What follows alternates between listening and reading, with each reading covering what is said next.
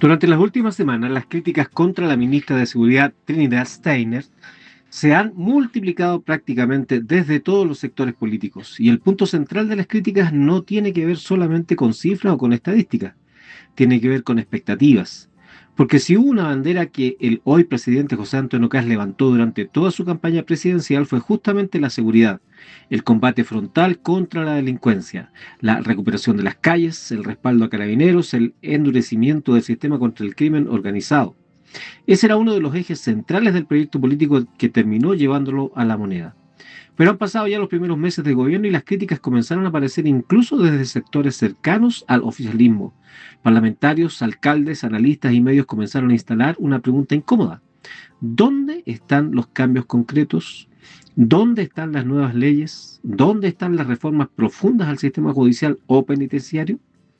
Porque mientras las conferencias de prensa hablan de estrategias, coordinación y mesas de trabajo, la sensación de inseguridad sigue instalada prácticamente en todo el país.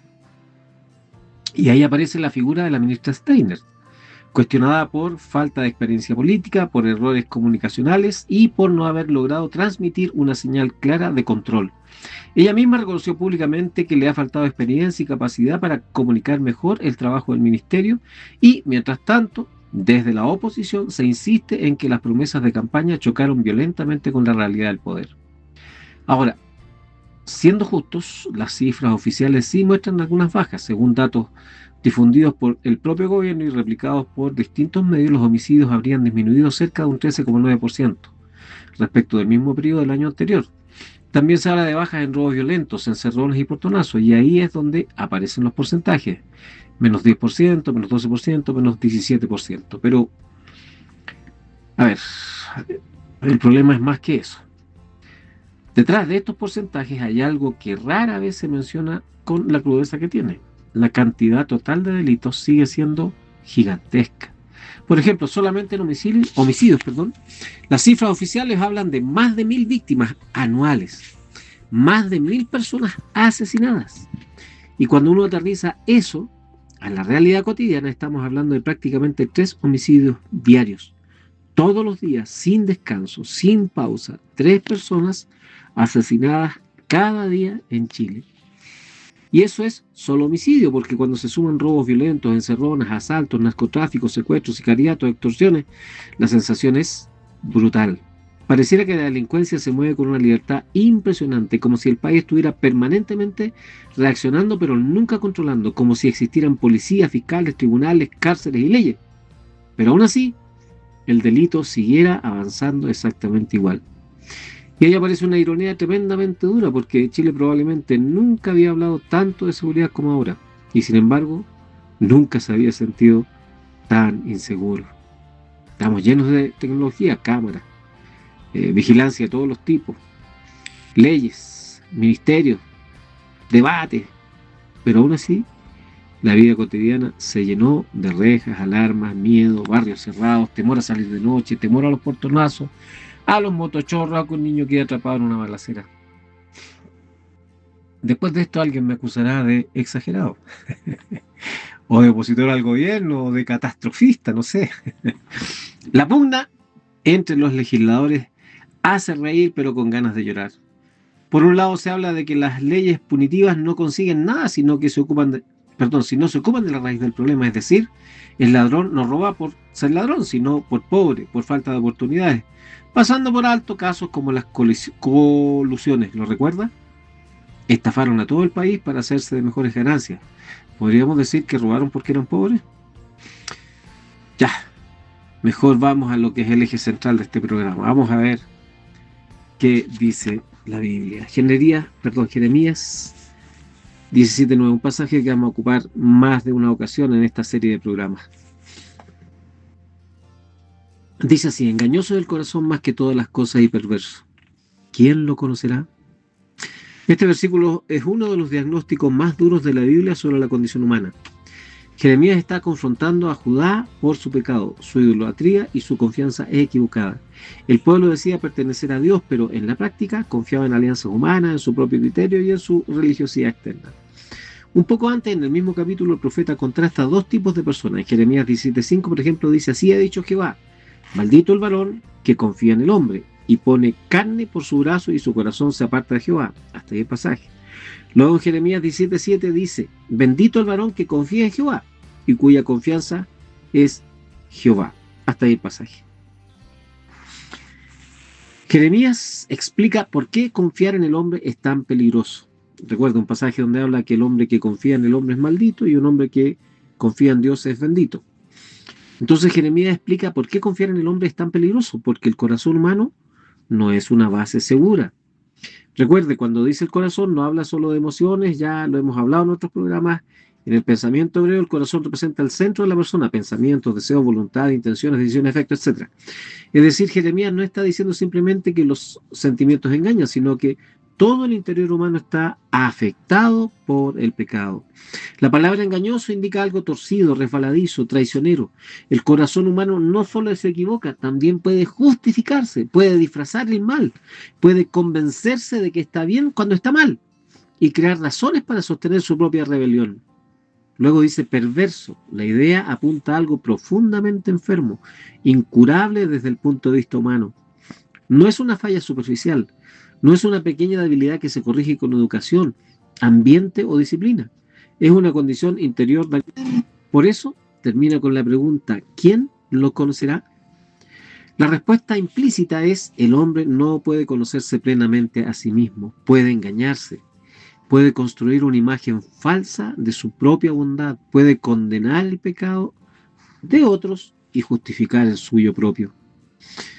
Pero el versículo siguiente responde, ¿quién sí conoce el corazón? Jeremías 17:10 dice, yo Jehová, que escudriño la mente, que pruebo el corazón, para dar a cada uno según su camino, según el fruto de sus obras. Hasta ahí el pasaje. Dios sí conoce el corazón. Dios ve lo que el hombre oculta. Dios ve la intención detrás de la acción. Dios no se deja engañar por apariencia, discurso, religión, por su cara, por su reputación. Mira lo que dice Marcos 7:21. Porque de dentro del corazón de los hombres salen los malos pensamientos, los adulterios, las fornicaciones, los homicidios, los hurtos, las avaricias, las maldades, el engaño, la lascivia, la envidia, la maledicencia, la soberbia, la insensatez. Todas estas maldades de dentro salen y contaminan al hombre. Hasta ahí el pasaje. Jesús confirma exactamente la línea de Jeremías. El problema humano no comienza afuera, sino adentro. La Escritura no presenta al hombre como una criatura básicamente buena que ocasionalmente se equivoca. Presenta algo mucho más duro, más real, más incómodo, que el problema está dentro del hombre mismo. Y eso explica algo que la historia demuestra permanentemente. El hombre crea leyes y aprende a romperlas, crea sistemas y aprende a corromperlos, crea gobierno y termina degradándolos, crea cárceles y aún así sigue produciendo delincuentes. Isaías 6:3.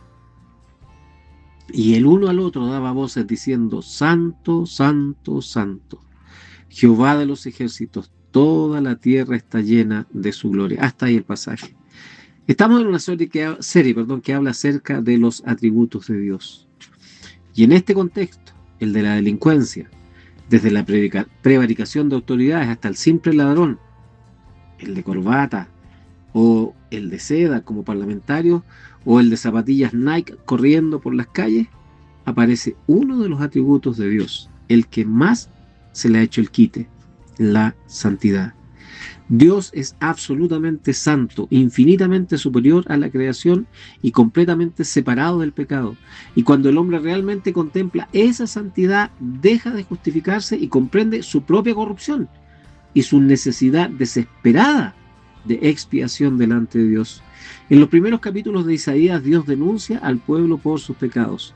La hipocresía religiosa, cumplían el protocolo religioso, pero era solo eso, observar la religión, sin la conciencia de buscar a Dios. Es como ir a dormir al culto o conocer gente o participar de una religión por simpatía. También denuncia la idolatría, llenos de imágenes y de pequeños dioses que acompañan al verdadero Dios. También denuncia la injusticia, tribunales corruptos, resolviendo en favor del que paga más. No sé si esto le suena conocido. La permanente rebelión, otra causa que Dios denuncia. Apartados de Dios, como nuestro parlamento, que legisla lejos de la ley de Dios. Y finalmente la autosuficiencia humana. Israel acumulaba riqueza y eso le daba seguridad. También hacía alianzas con otros países y tenía más seguridad. Quizás si todo esto es muy parecido a nuestros días. Bueno, en ese contexto, Dios se presenta ante Isaías como un Dios santo. La santidad significa que Dios está completamente separado del mal, que no normaliza el pecado, que no relativiza la violencia, que no mira el homicidio, el abuso o la corrupción como simples problemas sociales. Para Dios, el pecado es una rebelión moral real. Deuteronomio 32:4 dice: Él es la roca cuya obra es perfecta, porque todos sus caminos son rectitud. Hasta ahí el pasaje. Y aquí sumamos otro atributo de Dios, la justicia. Dios es un Dios justo. Eso significa que Dios no es indiferente frente al mal. Ya vimos que es santo. Ahora estamos viendo que es justo. La santidad no comulga con el mal. ¿Pero qué hace la justicia con el mal? Dios no es un juez corrupto, no es una autoridad débil. La violencia humana no pasa inadvertida delante de él. ¿Cuánto nos molesta toda vez que un tribunal deja libre a un delincuente o le aplica penas tan insignificantes en comparación al delito? Pues bien, con Dios la cosa es distinta. Él juzga día a día y juzgará en el futuro para castigar por la eternidad. Ustedes saben que en el mundo mueren aproximadamente 115 personas por minuto.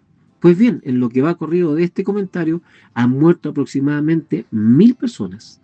Todas ellas, al cerrar sus ojos a esta dimensión, los abrieron al juicio. Dios, en su santidad y en su justicia, no convive con el pecado. Cada persona que cerró sus ojitos acá y enfrenta a Dios del otro lado, recibió un juicio para condenación o para salvación. No lo olvide, Dios es justo y 3 veces santo. Pero aquí, aquí aparece algo todavía más incómodo, porque normalmente cuando hablamos de la delincuencia pensamos en ellos, los delincuentes, los violentos, los corruptos. Mira lo que dice Romanos 3:10. Como está escrito, no hay justo ni aún uno, no hay quien entienda, no hay quien busque a Dios. Todos se desviaron, aún se hicieron inútiles. No hay quien haga lo bueno, no hay ni siquiera uno. Hasta ahí el pasaje. Qué tremendo. Frente a la santidad de Dios, la palabra de Dios nos acusa. Todos se desviaron. En ese todos entramos usted y yo, querido amigo. La Escritura dice que el problema no es un pequeño grupo aislado de personas malas. El problema es que toda la humanidad está dañada por el pecado. Unos lo expresan robando, mintiendo, abusando, odiando, viviendo a espaldas de Dios, pero la raíz sigue siendo la misma. Todos nos desviamos, no hay justo ni aún uno, no hay quien busque a Dios, no hay ni siquiera uno. Ahora podemos entender por qué los cambios políticos, aunque necesarios, nunca logran resolver el problema. Porque el problema más profundo del ser humano está en el corazón. La santidad de Dios y la justicia de Dios, que son los atributos que hemos conversado hoy día, todos terminan en la cruz. Dios resolvió dar solución al problema del pecado. No evadió el problema, no se olvidó del hombre y salió a buscarlo. Jesús nace en este mundo, vive sin pecado, llenó de bien a las personas, pero finalmente, para romper la barrera de separación del hombre con Dios, asumió la culpa. 2 Corintios 5:21 dice: al que no conoció pecado, por nosotros lo hizo pecado, para que nosotros fuésemos hechos justicia de Dios en él. Hasta ahí el pasaje. Este es uno de los pasajes más densos de la Biblia. Un poco antes, en el mismo Corintios, Pablo dice que Dios está reconciliando al mundo con Dios. Recuerde, la santidad de Dios es tal que no hay forma de llegar a Él estando en condición de pecador. Estos pecados no pueden ignorarse, deben tratarse. Ahí entra el pasaje que acabo de leer. Dios iba a dar solución al problema haciendo justicia, pero haciendo uso de la sustitución. Jesús, el único ser santo sin pecado de la humanidad, es hecho pecado, es decir, va en representación del pecador, asumiendo su condena, recibiendo justicia de Dios, quien castiga a Jesús por los pecados del hombre, por sus pecados, mi amigo, por mis pecados. Dios trató a Jesús como portador de pecados que no cometió. Eso es el intercambio. Cristo recibe lo nuestro, recibe pecado, recibe culpa, recibe juicio. Nosotros, en cambio, recibimos lo suyo, justicia. Pablo no dice solo que Dios nos perdona, dice que somos hechos justicia de Dios en Él. Esto es el centro de la justificación. No somos aceptados porque nuestra obediencia sea suficiente, somos aceptados porque Cristo es suficiente. En la cruz, Cristo no está simplemente sufriendo injustamente delante de los hombres. Cristo está cargando judicialmente el pecado delante de Dios.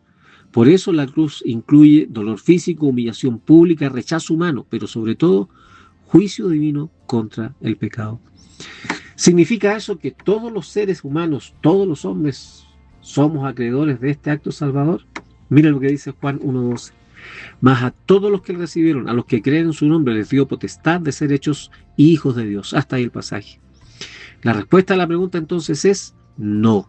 La salvación no es universal, aunque está ofrecida de manera universal. La Biblia dice más a todos los que la recibieron. Si dijera más a todos, sin nada seguido allí, podemos olvidarnos del problema y estar tranquilos, pero como el pasaje incluye los que le recibieron, significa que hay un número limitado de beneficiados circunscritos exclusivamente a aquellos que lo recibieron. Una pregunta para usted: ¿recibió usted a Jesús? ¿Sabe lo que eso significa? Tal vez aquí lo estoy confundiendo. Bueno, solo decirle que cuando Jesús estuvo en medio nuestro, muy pocos lo recibieron. Ponga atención. Muchos de ellos recibieron milagros, muchos otros vieron estos milagros, pero luego, cuando había que resolver Jesús o Barrabás, se dejaron embaucar por los líderes judíos, se sumaron a la turba, a la gran mayoría, y gritaron: crucifícale. No todos lo recibieron. Primero es necesario, sumamente necesario, que usted crea que Dios es 3 veces santo. Y también crea que Dios es justo y no dejará sin castigo al pecador. Luego comprender que aunque usted sea un hombre honesto y un ciudadano de bien, aún así, ante el Dios 3 veces santo, usted y yo somos pecadores y estamos condenados al castigo en el lago de fuego eterno. Luego de ello, venir ante Dios, arrepentido por nuestros pecados, pidiendo perdón y recibiendo por fe a Jesús como Salvador. ¿Qué hará usted con Jesús? Que Dios le bendiga.